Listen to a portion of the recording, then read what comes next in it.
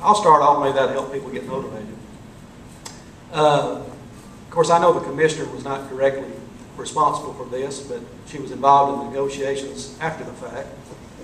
What, concerning Hutcheson Hospital, in the situation that it is currently in, what would you have, Commissioner, how would you have negotiated that differently, and what do you see as the future for Hutcheson Hospital as it currently stands? Okay, that's a good question, and one that's going to affect all of us one way or the other.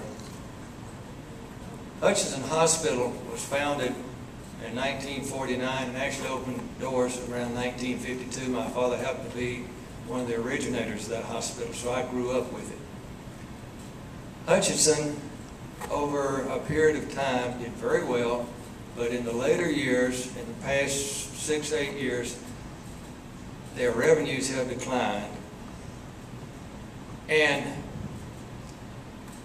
due to a lot of facts, and one of them was, and I practiced medicine up there for quite some number of years, but one of them was they got a new hospital administrator in that was not doctor-friendly. And he actually made the comment one time, I got on the elevator, he didn't know who I was, I had blue jeans and a t-shirt on or something, and he got on the elevator and was talking to another gentleman, and he said, you know, says doctors and nurses, says you can hire them, fire them, and they'll come back anytime. And that was the attitude that came into Hutcheson Hospital. Consequently, the hospital went belly up. Their census presently is about 24 to 26 people a day. They have 150 beds. So they have less than 20% occupancy, and they're still hemorrhaging millions of dollars. At the last count, it was Beebe had guaranteed Erlanger, excuse me, Beebe had guaranteed Erlanger that Walker County would assume liability for $10 million, and Catoosa County agreed to have $10 million to give Erlanger a base of $20 million to operate that hospital. They felt that using this money, they could turn the hospital around. The census, the highest it's been, was last month, and they had an average daily census of 27. They have lost $15.5 million. Erlanger is losing money, and I suspect, I hate to see it, but I think Erlanger is eventually going to pull out, probably within the next 8 to 10 months. We're going to be stuck with a $10 million bill. I went to a meeting, and she was there, and I mentioned to her, why not? We sell the hospital.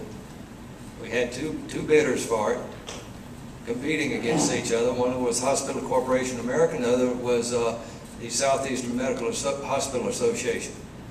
They were wanting to pay $40 million for the hospital, and that was the first bid, so there would have been others.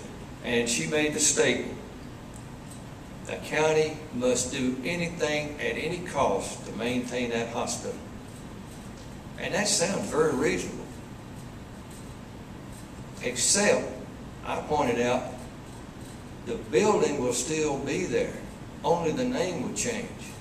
But the county won't have the liability for the hospital. And that made no difference. She went ahead and signed the agreement to pick up the